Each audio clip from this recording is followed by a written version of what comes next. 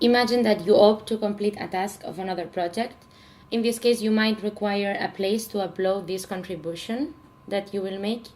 That's actually why the results exist. When you go to the page of a project and you click on one of the tasks, right next to the button participate, you have the button submit a result. And then you have a new window that opens where you can set the title of your result, you can explain the content that you found, you can upload documents, and you can link users to this result. Once you have completed all this information, you will be able to save your result, and then notice that all the results appear in the tag results of the project.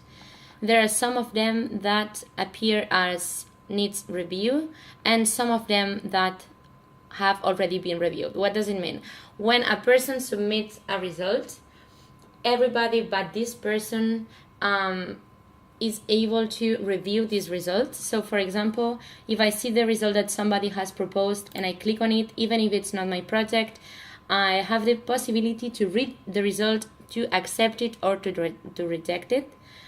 You can do this for all the results that you didn't submit. In case you are the one submitting a result, you cannot review your own result. Okay, but it's important to know that not only the person that is the administrator of the project and not only members of the different teams are able to review the results, but everyone having a profile in the platform. I hope this tutorial was useful for you, and if you have any question, do not hesitate to send it to contact@epidemium.cc.